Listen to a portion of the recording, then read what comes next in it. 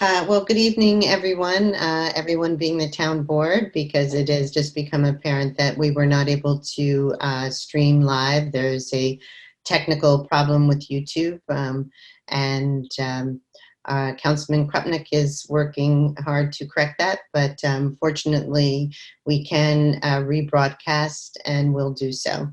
So welcome to the Hyde Park Town Board meeting, our regular meeting and a public hearing. Today is Monday, June 22nd. Please join me while we pledge allegiance to the flag. I pledge allegiance to the flag of the United States of America and to the republic for which it stands, one nation under God, indivisible, with liberty and justice for all.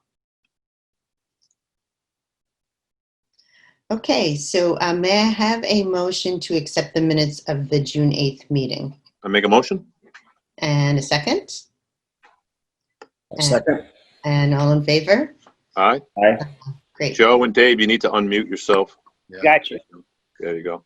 Yeah, that would probably be helpful. Yes. So, okay. So, unfortunately, we are not able to accept comments via at the moment, but people are able to submit them directly to the town clerk at dmcgrogan@hydepark.us. There's a lot of feedback coming from somewhere. Is there anything I can do? It's from Dave. I muted Dave. Dave, okay. So, we have a couple public hearings, and the first one is the continuation of the public hearing for local law C to enact certain amendments to Chapter 108, zoning of the Code of Town of Hyde Park, to create a new zoning district entitled Town Core, and revising the zoning Chapter 108 to rename Town Center Historic District the Corridor Business District. So if anyone has been following our meetings, they will certainly realize that we've had this public hearing on the agenda for quite some time. We are almost ready to vote on the passage of it for the adoption of this new law, and it can be found on our website.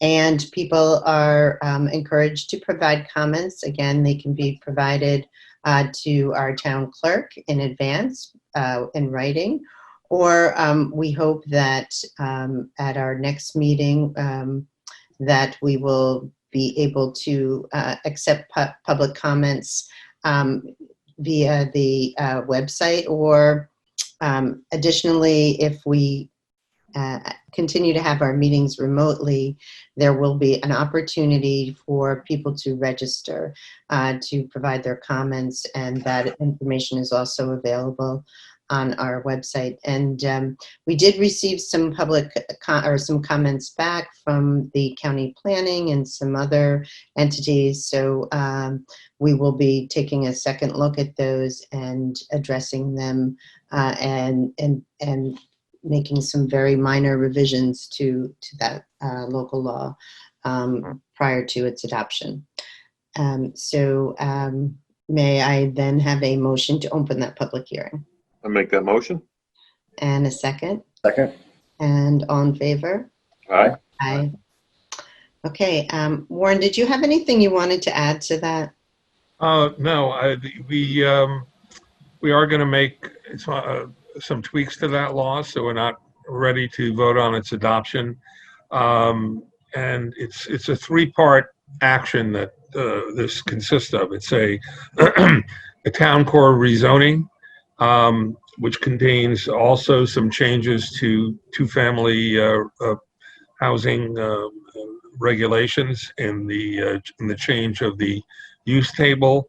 It's also a town center vision, which would be an amendment to our comprehensive plan.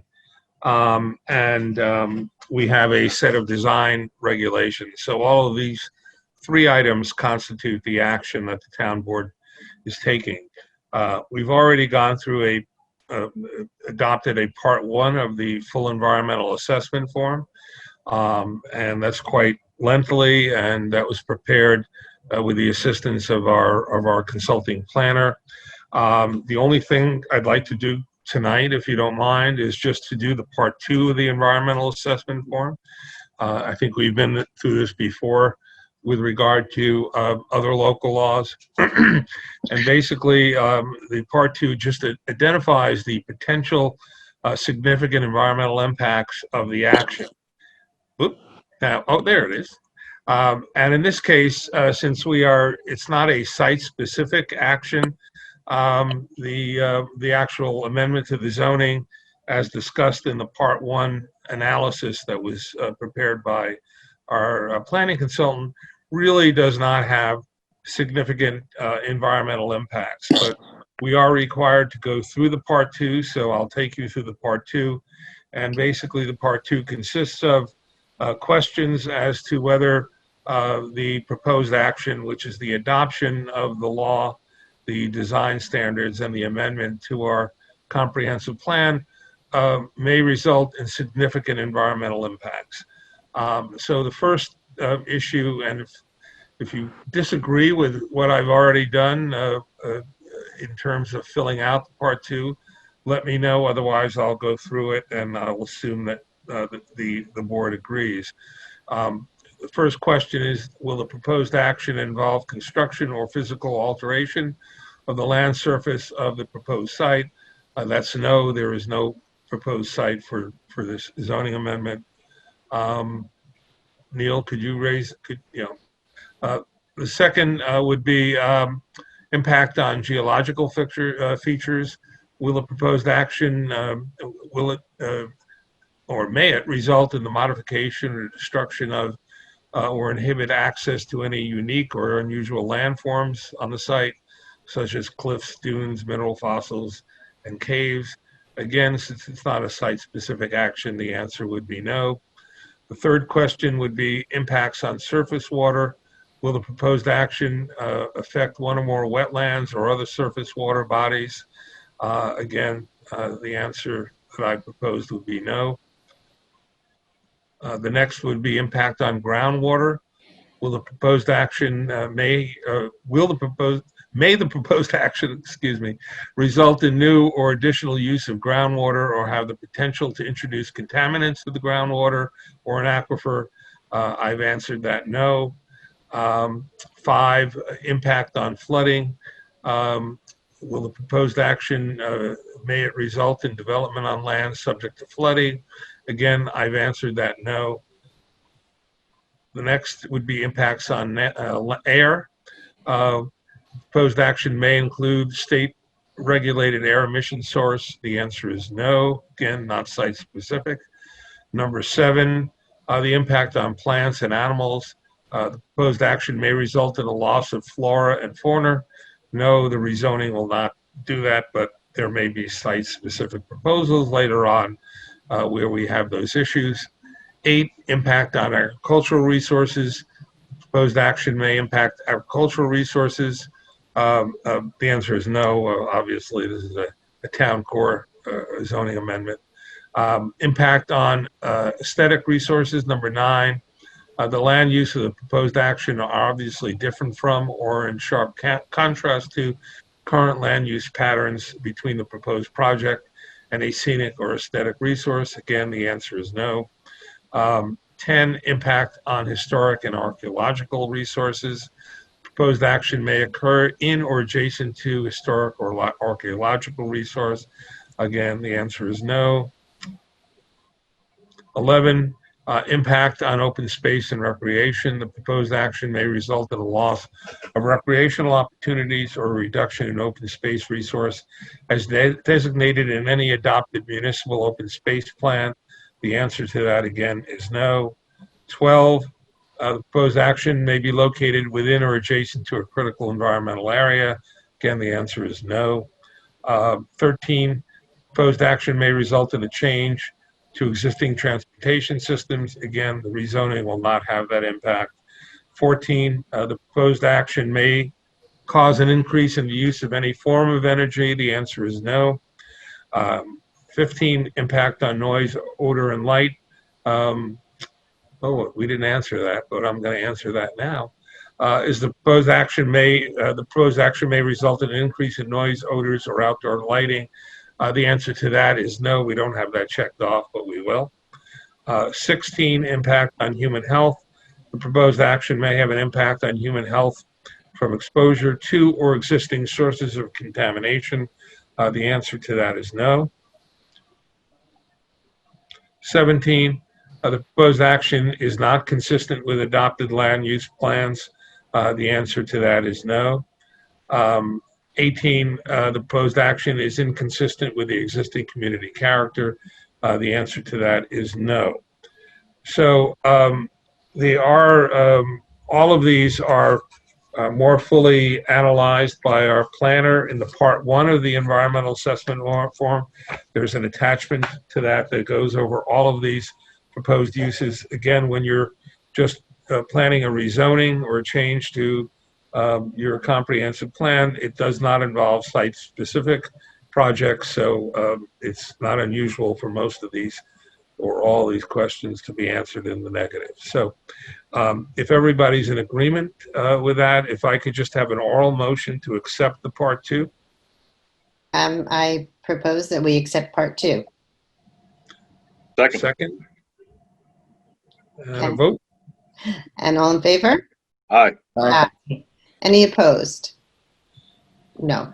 We already have a part 3 form filled out, so when we actually adopt this zoning law, which may be at the next meeting, that will contain what we call a negative declaration, a secret determination as part of that resolution. Great. Good. All righty. So thank you for that, Warren. And we did open the public hearing and we don't have any comments. So may I have a motion to continue it to our July 13th meeting? Is that right, Donna? Is that the next meeting? Make that motion. I'll second it. And all in favor? Aye. Aye. Hopefully we will pass it at that meeting. That'd be great to get that. Opposed? Okay, so continuation of the proposed local law number A, amending it the town code to provide for 2-family dwellings. May I have a motion to open the public hearing? I make a motion. And I'll second that. And all in favor? Aye. Aye. Any opposed? So you'll see on the agenda, actually, I probably should have done the housekeeping here first, but we are adding a resolution. There's a resolution added tonight that will actually terminate this 2-family, let's see, the resolution number 16 to discontinue the consideration of local law number A, because as Warren mentioned, we will be including that in the revisions to the 2-family law right within the town code, the town ordinance. So then may I have a motion to close and discontinue the public hearing? Got motion? And I'll second. And all in favor? Aye. Aye. Any opposed? Okay. And let me just explain a little bit more, but the reason for that is that the local law that we're passing in conjunction with the town core makes changes to section 108 attachment 1, the schedule of use regulations with regard to 2-family dwellings, and indicates in that section of the local law in what districts those are permitted by site plan and special permit, and in what districts they're permitted simply pursuant to site plan. And that's the area we may be making an additional tweak to that law, hopefully for the next meeting or the meeting thereafter.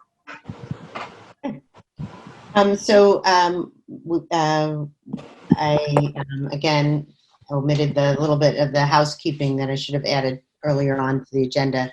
And so that would be 3 items. And the first is to amend resolution number 9, as we are removing 9 Greenbush Drive from the list of properties that are out of compliance with the standards of Chapter 85-5. I'll So, make that motion. And I'll second it. And all in favor? Aye. Aye.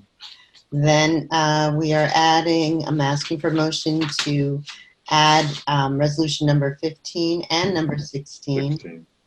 I make that motion. And I'll second that. Okay, and all in favor? Aye. Aye. And Okay. then are we pulling number 8?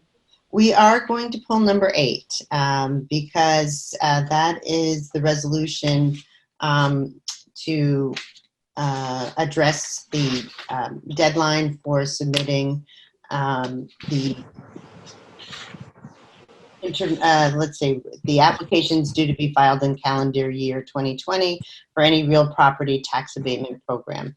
And so, yes, I'm asking for a motion to remove resolution number 8 because I've had some information from our assessor that the implementation of this is a lot more complicated than we originally believed. So I do want to spend a little bit of time researching it with the assessor as well as the Board of Assessment Review to make sure that they are comfortable with it. So if they are, and in fact we can pass it, we would just set a special meeting. So. Sure. Then I make a motion to pull resolution number 8. And I'll second that. And all in favor? Aye. Aye. Any opposed? Okay, so let's see where we are. We have a couple of quick workshops here, and the first was arranged by the Conservation Advisory Council and Neil Krupnick, our Ward 1 council person, and so looking forward to talking with the company, Goulet, that are proposing that the town join into this community choice aggregation. And so we do have them at our meeting, and welcome. Good evening. I think that's us. So hello. Yes, hello. Hi. Welcome. So, yeah, we have had discussions in the past about community choice aggregation, and you know, for whatever reasons, we just sat on the fence. But the Conservation Advisory Council had been favorably disposed towards invoking this. So maybe you could just kind of give us some information on exactly what community choice aggregation is and how that will impact our residents. Sure. And we sent over some slides, and I think Richard said that he usually manages the, okay, there they are on cue. Okay, so yeah, first, welcome, and please go ahead and introduce yourself. That would be helpful. Sure, yes, thanks. Yes, and thanks, Supervisor, and to the rest of the board for having us in. Yes, we've had some conversations with the CAC in recent months. And I understand you've been briefed on some of those conversations, and then this is an opportunity just to sort of speak a little bit to who we are and our approach to CCA and kind of the aspects of our model that we think are unique. And I know you've got a busy agenda tonight, so we're going to keep it fairly concise. But of course, any questions that you may have after the presentation, we're more than happy to stay on as long as you like. I'm Glenn Weinberg from Jewel Community Power. I manage the Jewel Community Power unit, which is a division of Jewel Assets, which is a clean energy and energy efficiency company based in Katona, New York. We've also got an office in Europe as well, but I'll tell you a little bit more about who we are in just a moment. And with me today is Jeff Demansky from Hudson Valley Energy. They are our partners in the Hudson Valley Community Power Program, which we'll talk about in a moment.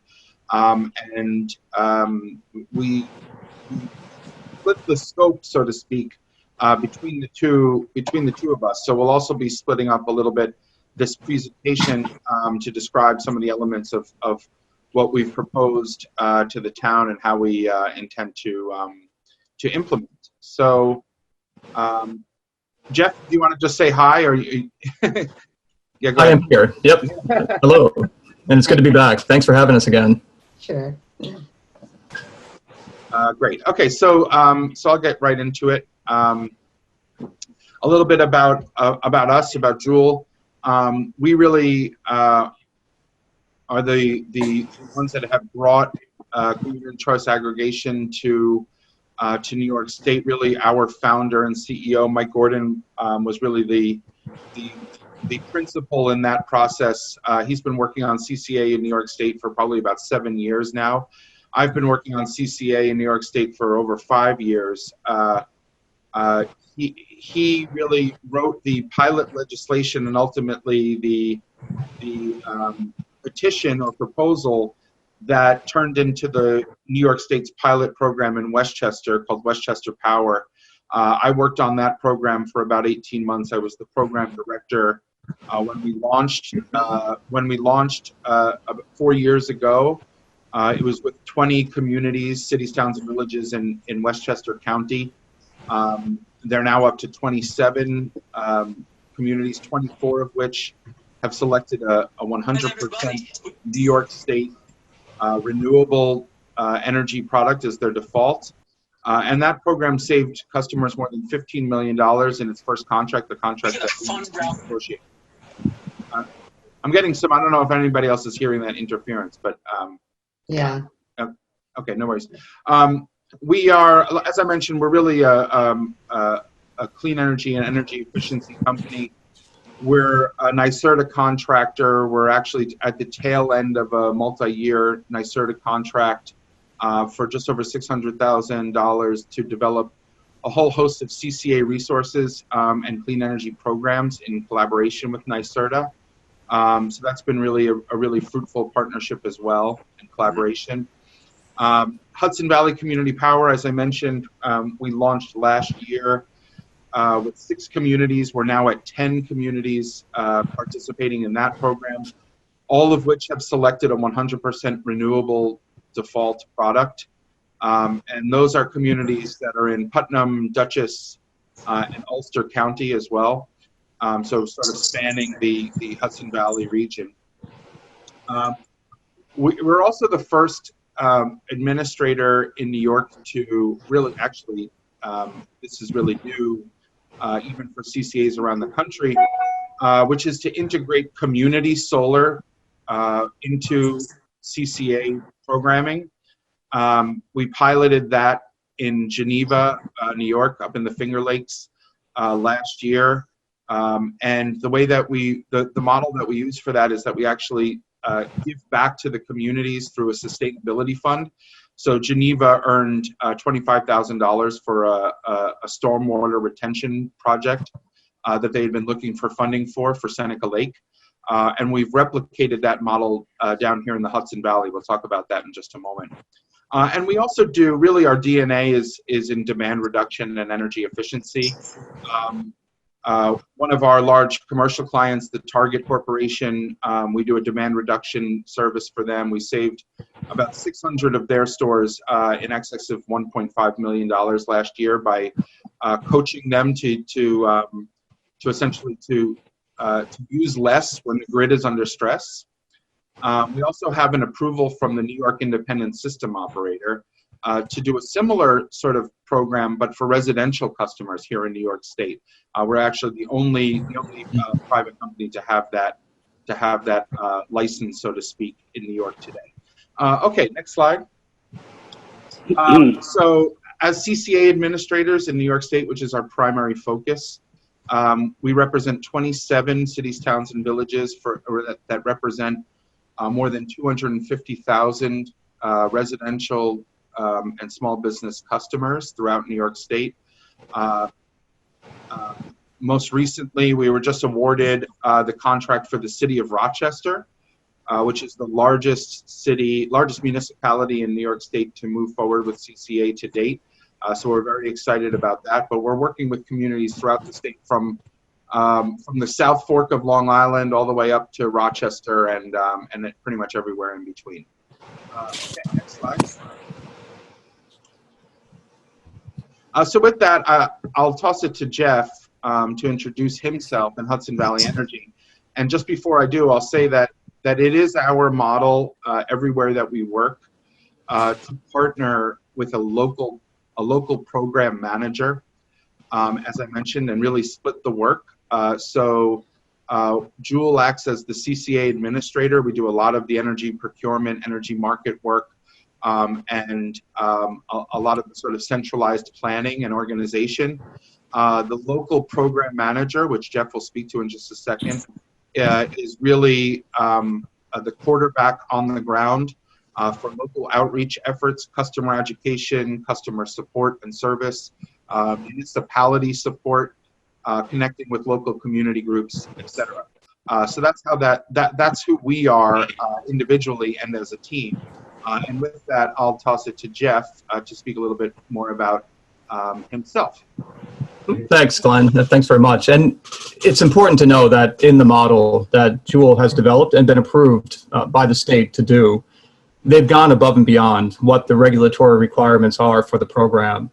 And our presence, our inclusion of our nonprofit, and inclusion of partners wherever they do CCAs throughout the state is an example about how they're going above and beyond the requirements. There are communications and outreach efforts that are required when you launch a program, but the essence of what we do is we assist and make sure we meet all the requirements for the outreach, but even during the required period of outreach before a program launches, we do much more.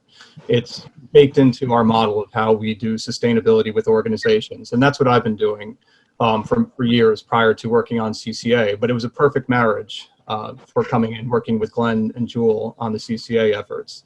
I have a background in working in sustainability in higher education, in the private sector, and in the last 10 years been focused on municipalities and schools on sustainability efforts.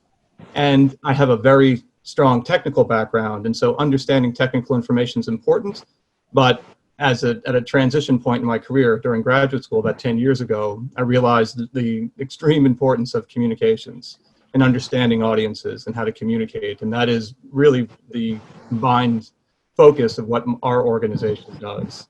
And we'll talk more about this on a slide coming up about our outreach efforts, but it is that idea of just being there within the community, being a resource to the community, and doing above and beyond value add to the community as a resource on communications. So that is the essence of our focus. We've been talking about CCA. Just wanted to make sure we stop for a moment on a slide to talk about, in just some quick, simple sentences about what CCA is. The first sentence is the general term of what CCA is. And community choice aggregation, or CCA, it's a policy, and it enables cities and towns and villages to source energy on behalf of their residents, businesses, and other organizations within their municipal borders. They do this.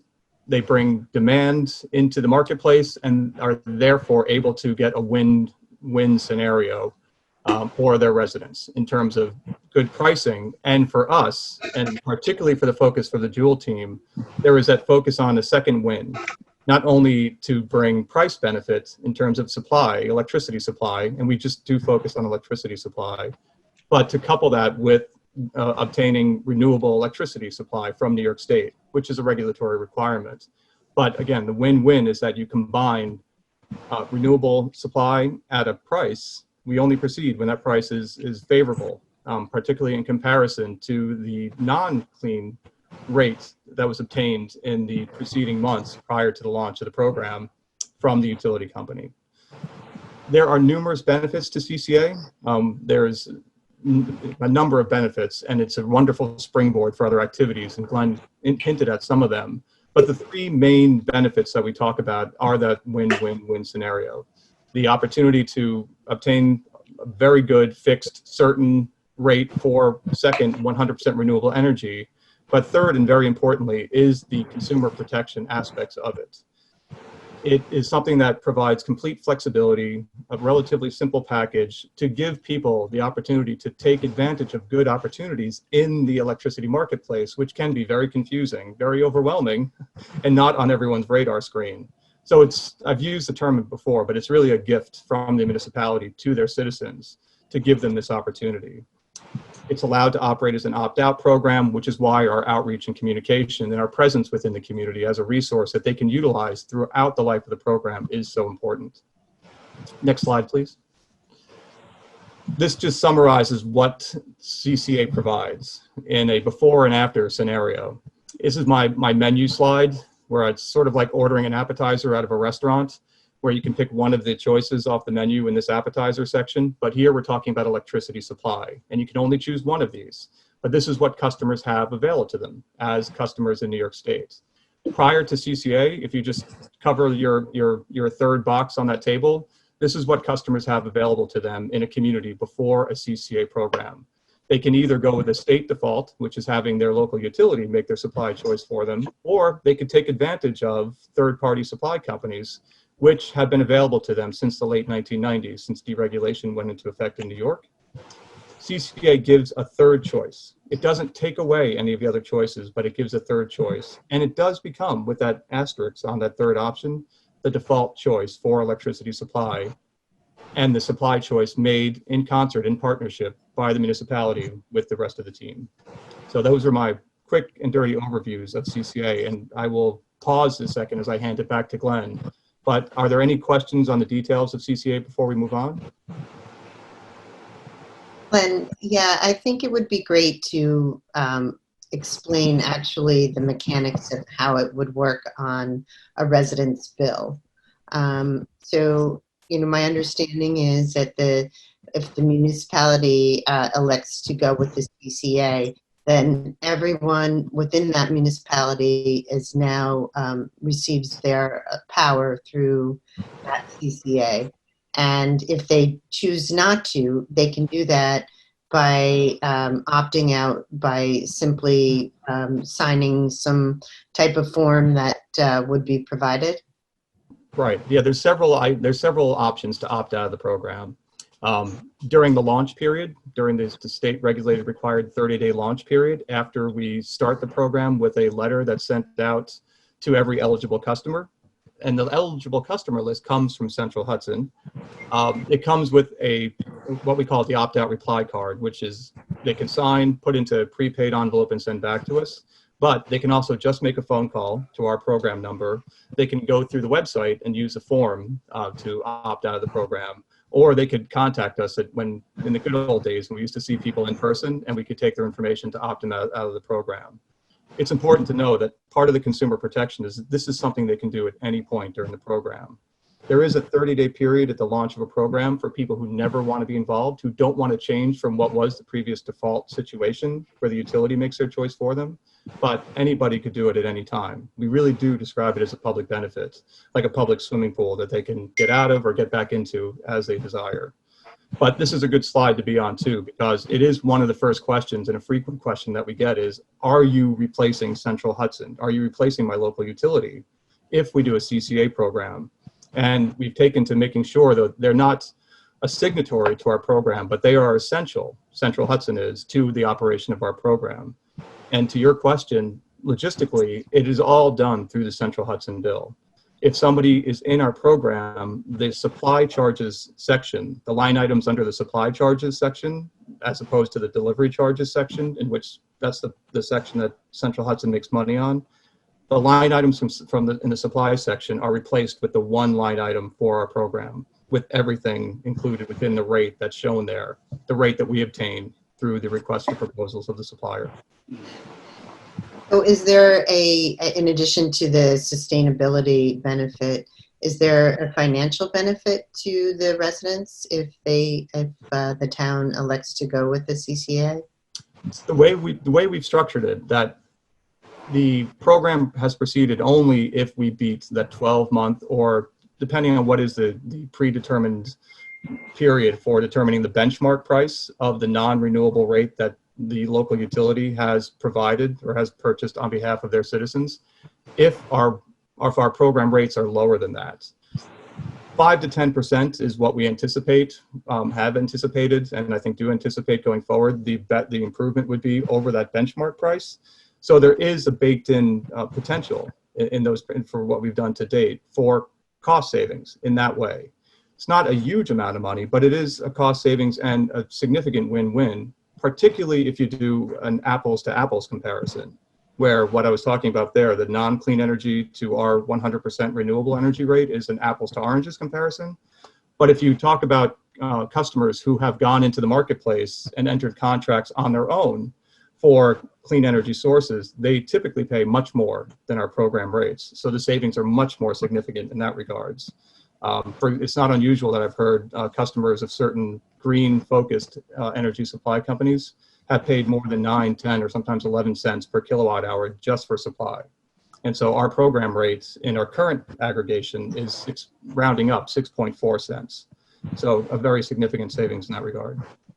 And are the rates market determined, or are if we were to opt in, would that rate be a secured rate? Would that be a fixed rate, or is that does that change over based on other economic factors? It can take. Oh, go ahead, Glenn. I'll turn it back to you. Yeah, I was just going to say it very much is a market-driven rate. So you go out to bid, and the rate that you can procure through that process is a function of a few pretty predictable variables or inputs. That it's going to be determined by essentially the size of your buying power. So the size of the aggregation, which is why it makes sense to join with other communities for a program like this, because there's strength in numbers. So you have the collective purchasing power behind your back, sort of like the Costco effect, so to speak. It will be determined based on what the market looks like going forward.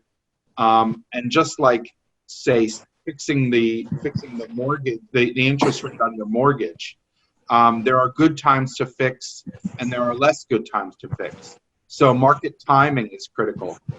So essentially, the size of the purchasing power, the market timing, and then the kind of the profile of the aggregation itself.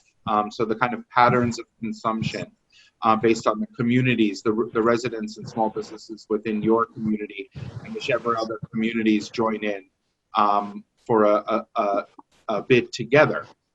So those are really going to determine, and those are analytics that we're running on your behalf as your consultant to let you know when a good time, what a good size bid looks like, and what a good time it is to try to go out to bid and fix rates.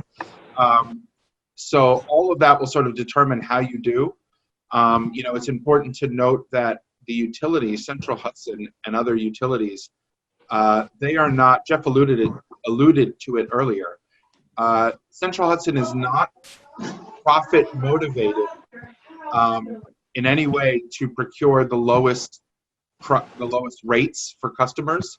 It is essentially a pass-through, a market pass-through for them. But the way that the state regulates the utilities, they regulate the utilities based on their buying patterns to try to minimize volatility of price, not to minimize price. So the ESCOs, the supply companies that bid on these types of programs, operate very differently.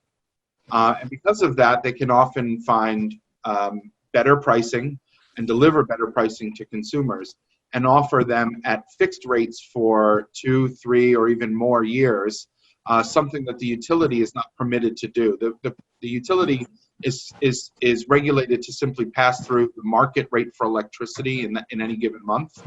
The supply companies can operate in a very different way. They can buy energy differently, and they can offer different structured pricing as well, including a fixed price. Okay. I don't have any further questions. Does anyone on the board?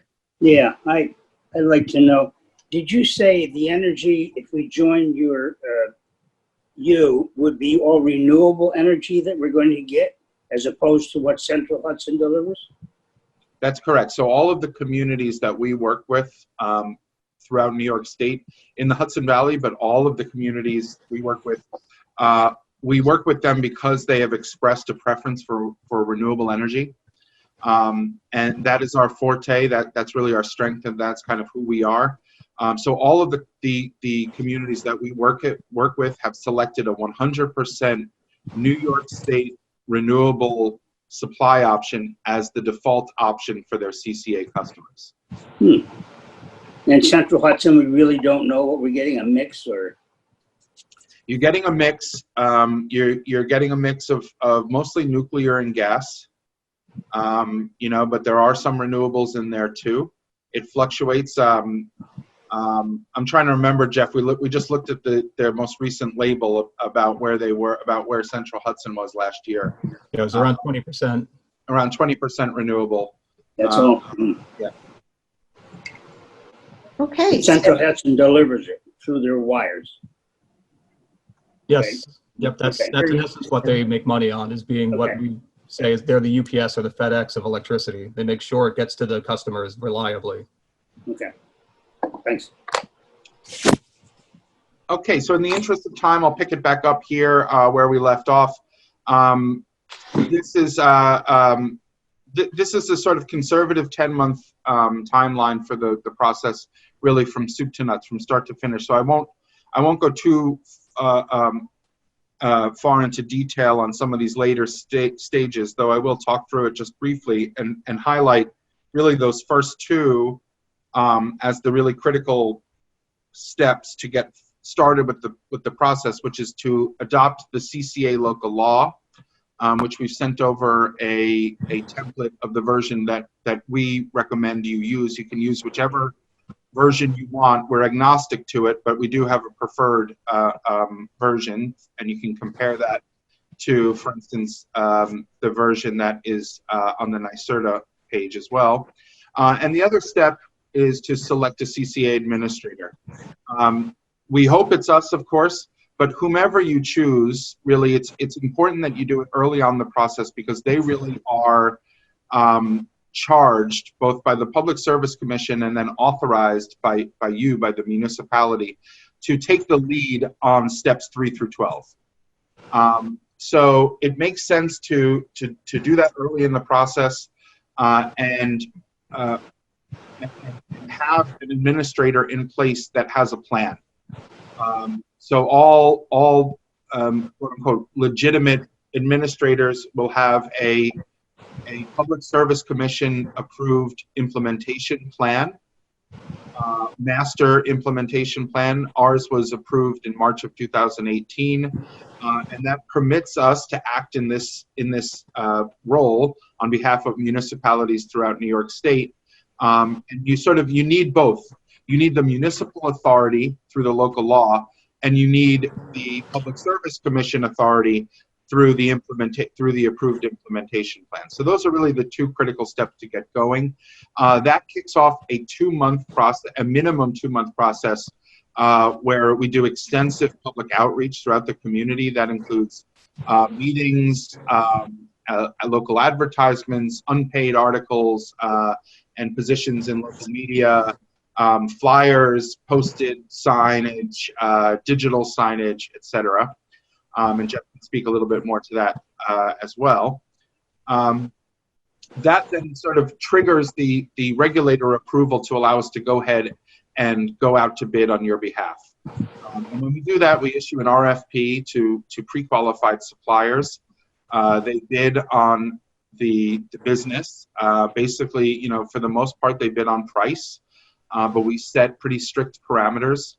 It's got to be 100% New York State renewable, for instance. We've got a contract. We've got a really detailed contract that they have to agree to every comma and term in that contract. So it's a town initiated contract, meaning that you dictate the terms of how you buy the electricity and at what price. And from there, that initiates the process that Jeff spoke to just a moment ago, which is the opt-out notification process and enrollments, which then leads to program launch there at the bottom of the screen. So happy to go into detail into any one of these steps, but that's the high level. Speaking to outreach, we've really sort of refined this process. We've now done this enough in enough communities where we really know what works, and we know what doesn't, or we know the ways to really get directly to the community.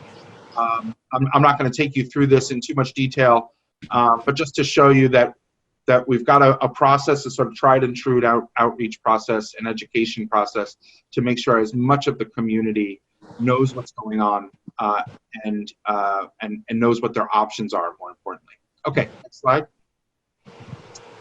This is just to give you a sense of what some of our outreach materials look like. You can see on the left a flyer promoting an event. On the right, a flyer promoting the community solar option, which we'll talk about in just a moment, just so you can get a sense of kind of the look and feel of some of the materials we like to use. And of course, these are developed in collaboration with the community. So community solar, as I mentioned earlier, we are the first and only administrator in New York State to offer a community solar option for CCA customers. Community solar, unlike the renewable energy supply that we procure through RFP, community solar are small or mid-scale solar farms located closer to where we live and work, and they operate in a totally different mechanism. So they do not simply replace the supply portion of your bill the way that the CCA does. This is an additional opportunity to subscribe and support local clean energy. And for doing so, you get roughly 10% savings on your energy bill. You get that savings through a credit on your utility bill in the dollar amount of the value of the energy produced in your name. So you essentially have a claim over a small share of that solar farm, and whatever that solar farm produces in that month, you get credit for it on your utility bill. The solar farm then invoices you separately for 90% of that amount. So if your credit was $100 on your utility bill, you'll get a $90 invoice in the mail. You've saved the 10%, the 10 bucks. So it does take a second transaction, and it does take an active sign-up process. Unlike CCA, which operates in an opt-out manner, community solar is an opt-in program, meaning that only folks that want to sign up will go through with that process. Nobody will be automatically enrolled or opted in to the community solar. Next slide. So just as CCA, Jeff introduced the left half of the slide earlier, just as CCA is a third choice for your energy supply, and you have to pick one, similarly, you have a choice in terms of your solar, and they are separate. They are separate choices. So, of course, you can choose no solar whatsoever. You can choose to have solar on your roof, or on the roof of your commercial building, or you can choose to subscribe to a community solar farm, but you can only choose one. Of course, the majority of folks, either because they rent or because they don't have a building suitable for solar, B is not an option for them. So community solar has stepped in and become a really great opportunity for New Yorkers to be able to take advantage all the same economic and environmental benefit of having solar on your roof without actually having to build solar on your roof. So that's essentially how the choice is split out. And as you see, they are separate and additive. You can have both. You can have CCA and communities. I mentioned earlier the town of Geneva, which earned $25,000. We are now running these similar campaigns here in the Hudson Valley: Beacon, Clinton, Cold Spring, Marbletown, Phillipstown, each of which have chosen a sustainability fund recipient. So the city of Beacon is giving it to the local school district. You'll see Cold Spring and Cold Spring and Phillipstown have joined together to form a refrigerant management program, and Marbletown, in a very different sort of approach, is looking to build a local bike path. So that decision is up to the community. The funding is earned by the number of people that sign up for community solar. And then Jewel pays that. Jewel then takes that money that's earned into that fund and pays directly the recipient that the town chooses. And that is the end of our deck here. We're happy to stay on. We're happy to stay on and answer any questions that you have. And so I'll toss it back to you, Supervisor Rohr. Thank you so much. Well, thank you. That was a very complete discussion. I know that the CAC has recommended that we go forward with you. So I don't have any further questions. Does anyone else on the board? I had one question that I think you kind of answered it, that if you already have solar in your home, on your roof, that you're not eligible for the community solar, obviously. That's correct. Just to be clear to other people out there who would be interested in the community solar. That's currently the status of things right now. The state considers that double dipping, Right. net metering arrangement for your home and the credit that's obtained through a community solar subscription. So are we automatically eligible as a community for the community solar if we enroll in the CCA, or are there two separate endeavors? You mean municipal accounts, the Hyde Park municipal accounts? Well, or just for any resident, what would be their process to opt into the community solar? Glenn, I'll let you speak. Yeah, so it is a separate negotiation, essentially. We negotiate the electricity supply price, which is available to all residents. And then separately, we negotiate with solar developers. Similarly, open and eligible for all residents, they will be able to subscribe or enroll through our website or through the program website. They put in their information, and that way, if they do it that way, if they sign up for community solar that way, that means that those funds will accrue to your town sustainability fund. That's how we know. Yeah. Okay, but earlier on in that discussion, you mentioned that there's a 10% savings generated, and that's in addition to the monies that go into the community support fund. Yes, exactly. The 10% is strictly on the customer's bill. Okay. In addition, there is the money that accrues to the fund. Okay. Yep. So it looked like by your graph, in general or on average, you had, I think, 211 residents sign up for that one town, and they received like 10,500. So on an average, the town is receiving about $50 per sign up. That's currently the case for in the campaigns we're running in the Hudson Valley. It was much higher in Geneva. It depends on the deal with the solar developer. So it's essentially a defined percentage of the revenues generated by the program automatically accrue into that fund. So it does vary, but you're right. In the case of the Hudson Valley towns we're working with today, it's about $50 per customer, and it can change in the future. An additional point of value to mention here too, to repeat what I was saying about CCA with the consumer protection aspect of it, the fact that there's no restrictions for the community choice aggregation program, for the opt-out program, that people have complete flexibility. There is a significant consumer protection aspect to the community solar program too, done in conjunction with the Jewel team, in that the company is selected and vetted to make sure that the contract that residents would engage in, would be part of, is very consumer friendly. It's not unheard of that there's a lot of restrictions and things to be careful about for other community solar companies. For example, they might have minimum participations. It might be very hard if someone sells their house that they have to find somebody to take over their subscription, that there might be exit fees. There might be a monthly subscription fee. There might be an entrance fee. All of that have been things that Jewel has wanted to have no part of as part of the arrangement with the solar companies, this community solar companies that they've been supporting, to be very consumer friendly, to be unrestrictive, to be, all the backings, to make sure that customers can feel confident that they're getting into, when they're entering new territory, they can feel more comfortable moving into that territory. So did the local municipalities I mean, we're not going out and soliciting, of course, because we're not in the energy business.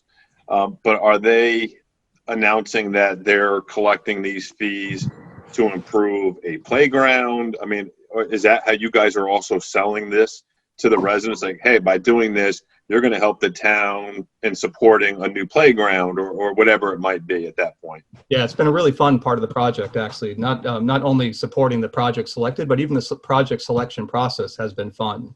For example, I'm in Beacon and helped the city of Beacon make the selection, and we did a voting process, and they had a list of 5 projects that people were able to vote on through Halloween of last year. And it was a public voting process that resulted in selecting the Beacon City School District to be the recipients of those funds. And then we do partnerships with the groups in the city, including the Beacon City School District, to do outreach to say we're raising funds for the Beacon City School District Sustainability Fund. And we do events for that. And it's really been a really enjoyable way to engage the community, while they also get to reap the benefit of that significant, guaranteed savings on their utility bills. Great, thank you. Sounds like a very winning approach. Right, win-win. Okay, so our next steps are to take a look at the local law that you forwarded over. And we can do that, in the next week or two. Well, actually, in the next, before our next meeting. How about that? So, we'll take a look and do some research and we'll go from there. Wonderful. Great. Thanks so much. Thank you very Thank you much. for your time. Okay, we Thank you. appreciate the time. Thank you guys. Okay, Thanks, guys. Have a good night. Bye-bye. okay. Well, it sounds very interesting and kind of a win-win situation without any real risk. So I think we'll follow up. And I know a lot of the communities that are already engaged, Beacon, I can do a little outreach with the supervisors and see how they feel about it. Yeah, great. Yeah, excellent. Okay, so our next workshop, you will see that we have on our agenda a resolution authorizing a bonding for highway improvements. And so we have Councilman Schneider has a letter that our highway super has provided to kind of just go over where we are in this process. So Ken, Yeah. would you like to? Yeah, absolutely. So I've been in contact with Superintendent Fisher. He's really done a phenomenal job during this whole COVID. I mean, he really, got the crews and separated them, and we really never went without having some sort of team out on the road. So the Hyde Park Highway Department, this is a letter that Howie asked me to read. The Hyde Park Highway Department has been operating at full capacity since May 18th. We've begun to prep the roads for paving, which involves trimming trees, cleaning ditch lines, installing dry wells, raising basins, trimming shoulders, and sweeping the roads. Along with the town supervisor, Aileen Rohr, comptroller Joanne Lown, and the town board's continued support, we will be paving 13 roads this year for a total of 4.26 miles. With all of us working together, we have also upgraded the highway department's equipment, enabling us to complete the paving of 33 roads in the past 3 years. We really have invested with new trucks, rollers, chippers, backhoe. I mean, his equipment was really aging, and I'm pleased that we've been able to support that. The shared goal will help us to give the residents of the town of Hyde Park the highest quality of work, which I'm proud to say is done each and every day by the employees of the highway department. Respectfully, Howard Fisher III. So, I know that I'm really excited that we're actually going out to bond. I'm sure Supervisor will go into more detail. We're going for a certain dollar amount, not that we're using it all, but it's nice to have that there in case we need it. With oil prices being so low, pavement today, asphalt is fairly inexpensive compared to what it was this time last year. And, I feel really confident that, Howie and his crew will do a phenomenal job. And it looks like prices are really pretty inexpensive right now for what we can get done. So I'm excited for that. Okay, well, thanks for, working with the highway super on that, Ken. It really is a function of the prices for blacktop are coming in fairly reasonable. So the comptroller had advised it would be a good time to do a borrowing because actually interest rates are very low as Very well. low. So those two factors will enable us to make some progress in paving additional roads. You know, as everyone knows, it's one of the largest concerns of residents, and over the last number of years, we have limited our expenditures on paving to the CHIPS funding that we are provided by New York State. And so, as Ken mentioned, the resolutions authorize us to borrow if we need to, but we have had information this past week that the state plans to provide 80% of our CHIPS funding.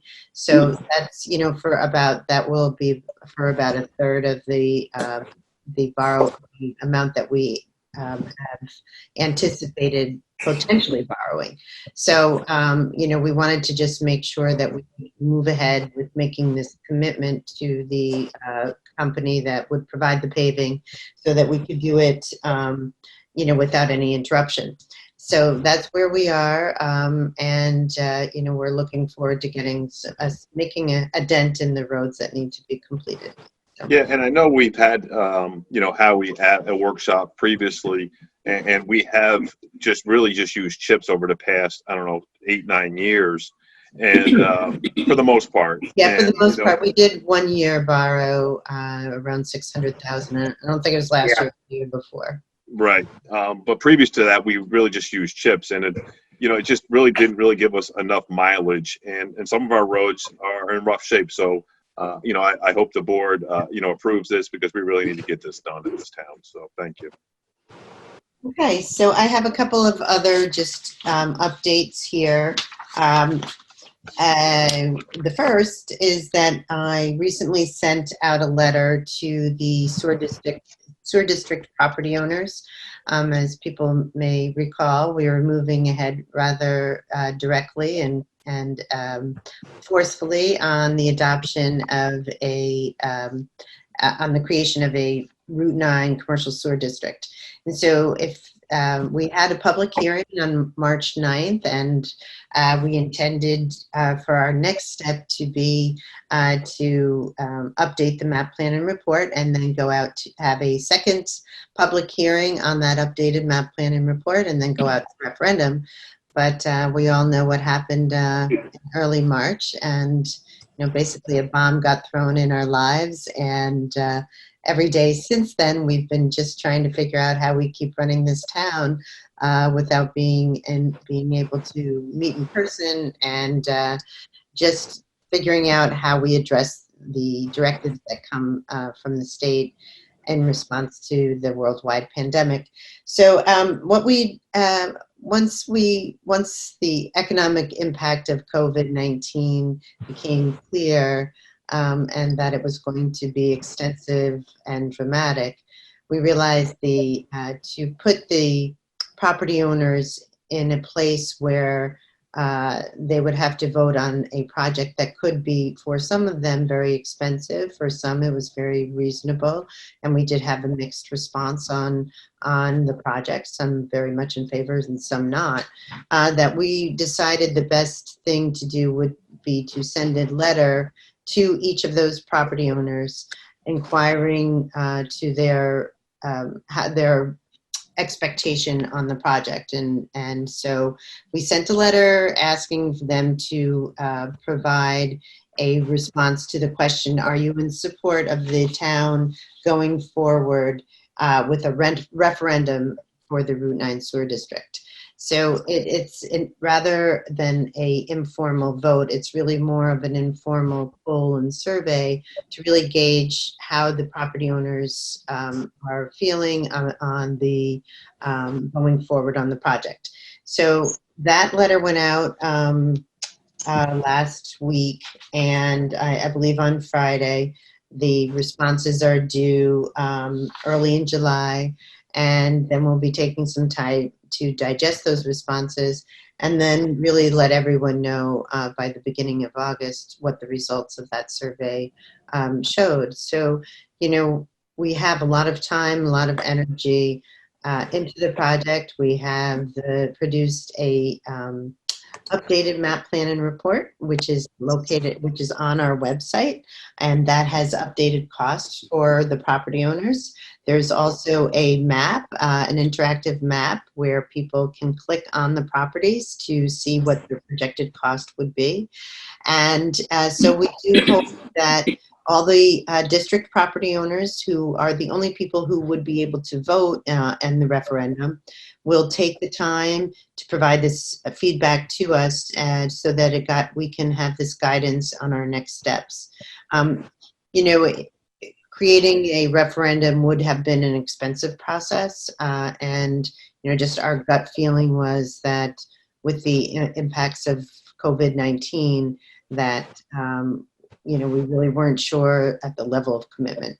So it's a little bit of a detour on our plan, but I think an important detour because it's ultimately up to the property owners whether they are willing to make the investment in the sewer. So, it's a little frustrating being in our seats because we've invested so much of ourselves and our time and our hope for the future in this project, but I don't feel like it was a wasted exercise because I think that it's always good to have factual information, and that is exactly what the map plan and report and engineering report did for us.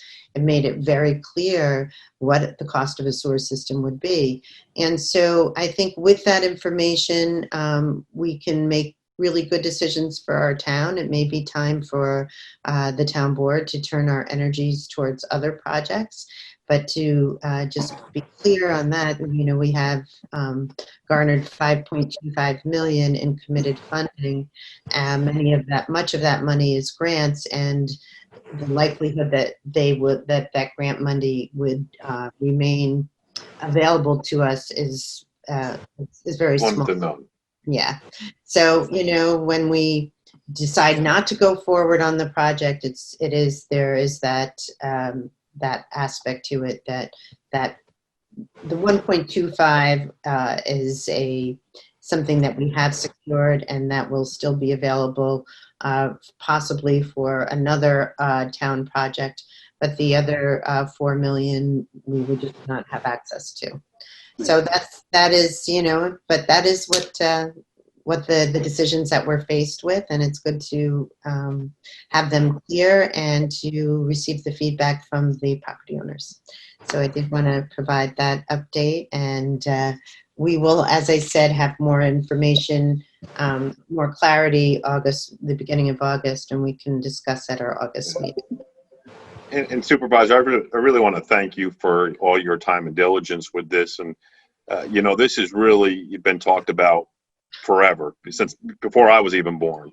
And, and even though we've had this pandemic and our lives have changed, what hasn't changed is that our center, our core, does need a change. And if they choose not to go sewer, then, we've changed the zoning to have higher density. We've done everything we can to make this as business friendly and to really have as much density as they can on their property to make it lucrative for them to go down this avenue. If they choose not to, then I would really hope that the property owners look at their properties and really figure out how to, really reuse these properties, update them, clean them up, reinvest and in the future of our community. Because really that's kind of what we've been really trying to work towards. And, there's always this stigma that, the town government doesn't want business. This is further from the truth, just based upon all this that has been accomplished over the past 9 years that you've been at helm. So, I thank you. I hope the chamber realizes what has been completed. There's, like you said, you have real data, you have real facts, you have, this is the closest this town has ever come to sewer. And maybe, this year might not be the year for the vote, and hopefully 2021 is better, or 2022. But at least we have a good map and plan to put pipe in the ground. So, thank you for all your work and diligence with that. Well, thanks, Ken. I think that, you portrayed it accurately in the sense that, you know, it is a inflection point. There's decisions that have to be made. And there have been a lot of advances in technology in wastewater treatment. So, Absolutely. you know, there are communities out there. Stone Ridge was one that was profiled in our last workshop. And they have made a significant improvement in their communities without sewer. And so it really is about the individual investment. Yes, you know, there are limitations, but with the advancement in technologies, it is about investment. And I feel strongly that that was the value in the exercise, is that there was kind of a myth that we could possibly have sewer without any cost, and that was just actually a complete myth. And so really bringing that into black and white, making it a conscious choice of those that are part of that district, you know, that's a good thing. And so we do hope that, you know, we can work collaboratively on enhancing other properties, things That's that we can do. You know, we're all there for that. Yep. So, okay. So, I do actually, just bear with me, one more item. And really, this is a thank you letter from the Hyde Park Food Pantry. And I'll just read it to you all. So, on behalf of the Hyde Park Food Pantry, please accept our very sincere thanks for the town of Hyde Park's goodwill and dedicated efforts in allowing us to hold our first food drive at Town Hall on June 6th. It was the perfect central location to accommodate the extraordinary amount of donations we received. Additionally, the opportunity to store the items on site for several days provided the recommended isolation for decontamination and a safe transfer to the food pantry. For many of us, it was a great chance to put faces to names who have been longtime supporters, as well as meet a new circle of friends. From start to finish, we are thrilled that it was such a success, a true expression of caring and cooperation in our community. And that is, this letter was from Patty Moore, the board president. So very nice, thank you. And it was a great community event. And thanks to Councilman Krupnik for organizing that. Pleasure. Okay, so are we ready for the resolutions? We are. We are, I bet we are. Resolution 622-1 of 2020. Resolution authorizing the Town of Hyde Park Town Board to appoint David McNary to the Town of Hyde Park Conservation Advisory Council, CAC. A second. And all in favor? Aye. Aye. Any opposed? Okay. Resolution 622-2 to 2020. Resolution authorizing the Town of Hyde Park Town Board to approve vacation carryover for Town of Hyde Park Deputy Assessor Mara Rothman. Second. And all in favor? Aye. Aye. Okay. Resolution 622-3 of 2020, resolution authorizing the Town of Hyde Park Town Board to approve non-proton vacation carryover for Town of Hyde Park Police Officer Michael Stallone. Second. And all in favor? Aye. Aye. Resolution 622-4 of 2020, resolution authorizing the Town of Hyde Park Town Supervisor and the Town of Hyde Park Highway Superintendent to execute and amend 284 agreement for the expenditure of highway monies for the Town of Hyde Park Highway Department. Second. And all in favor? Aye. Aye. Any opposed? Resolution 622-5 of 2020. Resolution authorizing Town of Hyde Park Highway Superintendent to auction a surplus highway vehicle and Town of Hyde Park recreation mower and woodchuck chipper. Second. And all in favor? Aye. Aye. Any opposed? Resolution 622-6 of 2020. Standard workday and reporting resolution for 2020 as required by the New York State Comptroller in accordance with the New York State Retirement System requirements. Second. And all in favor? Aye. Aye. And just to clarify, only those that are in the state retirement system have done that reporting. Okay. Resolution 622-7 of 2020, resolution authorizing the Town of Hyde Park Town Supervisor to execute a renewal of the intermunicipal agreement with the Hyde Park Central School District to cooperatively fund a school resource officer program for the 2020 to 2021 school year. Second. And all in favor? Aye. Any opposed? And we pulled number 8. Yep. And this is as amended. Resolution 622-9 of 2020. Resolution authorizing entrance onto the properties located at 42 Putnam Road, Hyde Park, and 2 Rimpf Road, Poughkeepsie, to bring these properties into compliance with the standards of Chapter 85-5B of the Town Code, and to assess the cost of such actions against the properties as a lien and charge on the same. Second. And all in favor? Aye. Aye. Any opposed? Resolution 622-10 of 2020. A resolution authorizing the cost of various capital projects in and for the town of Hyde Park, Dutchess County, New York, at a maximum estimated cost of $100,000, and authorizing the issuance of $100,000 serial bonds of said town to pay the cost thereof. I'll second that. We're going to do a roll call on that. Yep. All right, you got a second it? Donna? Councilman Krupnik. Aye. Councilman Ray. Aye. Councilman Marine. Aye. Councilman Schneider. Aye. And Supervisor Rohr. Aye.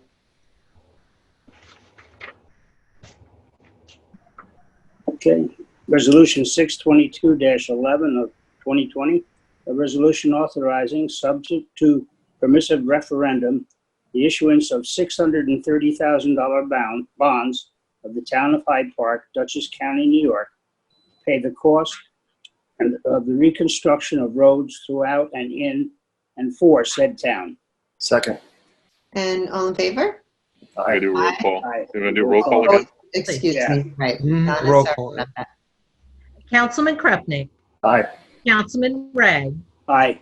Councilman Marine. Aye. Councilman Schneider. Aye. And Supervisor Rohr. Aye. Okay, Resolution 622-12 of 2020, resolution authorizing the town supervisor to execute a modification and extension agreement with Panacea Holding Corporation, DBA Royal Karting Service Company, for rubbish removal services for the town of Hyde Park. Second. And all in favor? Aye. Aye. Any opposed?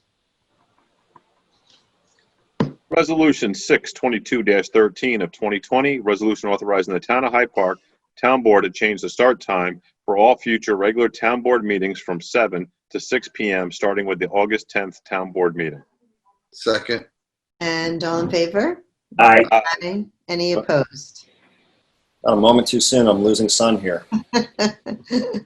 Resolution 622-14 of 2020, resolution authorizing the town of Hyde Park Town Supervisor to accept proposal from Clark Patterson Lee for landfill monitoring services for Hyde Park Forest Drive for 2020. Second. And all in favor? Aye. Aye. Any opposed? Okay. This is added to this. Resolution 622-15 of 2020.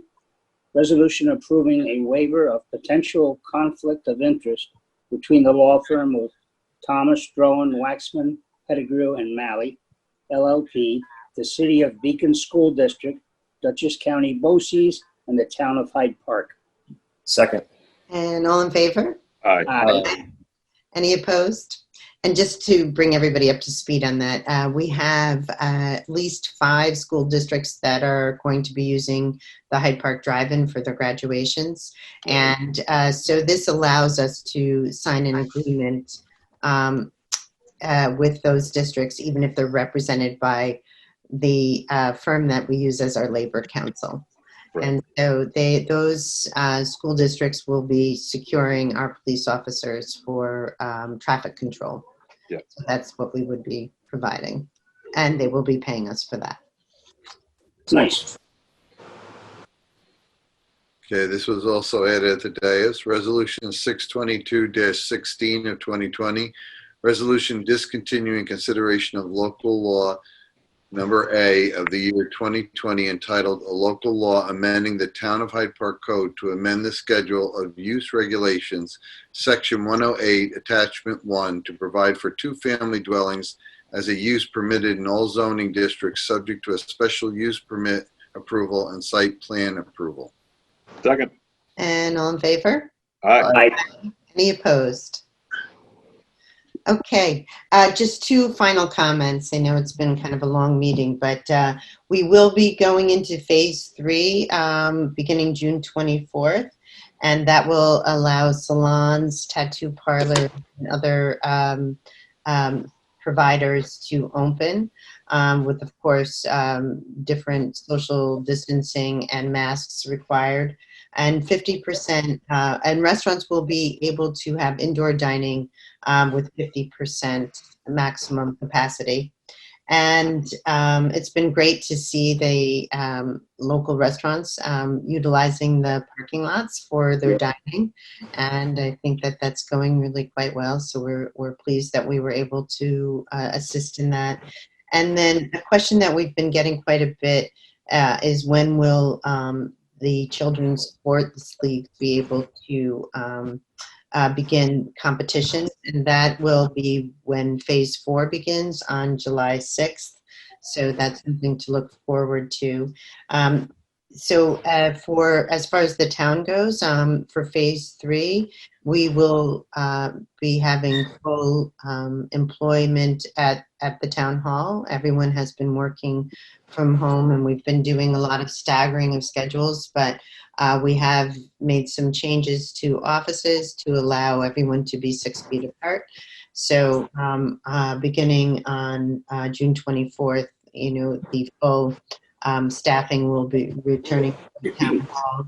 And then we at this point are anticipating, but the doors to town hall will remain locked, but people will be available by appointment. And so we will be encouraging people to make those appointments. They will have to sign in and, of course, wear masks and practice social distancing. And on a sad note, though, we had made the decision to cancel Music in the Parks today. We, as everyone knows, utilize the National Park Service site as well as the state park, and there appears to be continued prohibition against mass gatherings. Right now, you are allowed to have gatherings of up to 25 people, and so those concerts, they require planning and commitments, and it really doesn't look optimistic that we will be allowed to have mass gatherings. So, we did make that decision, sadly, today. But, overall, things are moving ahead nicely. The county's been doing a very good job of keeping businesses informed and organizing the mayors and supervisors so that we are fully aware of their initiatives. It's going to be difficult for the county in particular. There's a significant loss of revenue, and so we should have further information on that loss of revenue at the end of this month, because the state has set that as their guideline to their timeline to make decisions on the monies that they're going to award municipalities. So there's still effort to have I believe it's called the HEROES Act, which was passed by the House of Representatives, that would be providing monies to municipalities. It has not been enacted by the Senate. If people are able to contact their representatives and really let them know how critical this funding will be, that would be great. Okay, so thanks everyone, and in July and August we simply have one meeting per month. We don't quite know whether that July meeting will be virtual or in town hall, but we'll keep everyone informed. Great. Thank you, Supervisor. Okay, thanks. Thanks, Deputy, for all you did. Nice to see everybody. See Take everyone. care. Have a good I night. make a motion Oh, to. wait, Wait a sorry. minute. This is just a note to the seniors out there. Dutchess County Office of the Aging is giving out these masks. And you just call them up, they'll mail them to you too, for senior. And they're Very soft. They're soft too, so they're nice. Great. Dutchess Well- County Office of the Aging, just to plug in for the county a little bit. well. That's good that you brought that up, Dave. And they are, as everyone knows, we do a joint senior picnic. The town actually pays for those senior picnics, but this year the county is picking up the tab for all the communities, and they plan to do a drive-by picnic lunch for the seniors. So they they're looking for bids from delis, and I've asked the chamber president to send that out to his people. So Good. good. Okay. Well, so motion to adjourn, No, I'll make a motion. I'll second. and all in favor? All right. Aye. Okay. Good night, everybody. Aye. All right. Take care.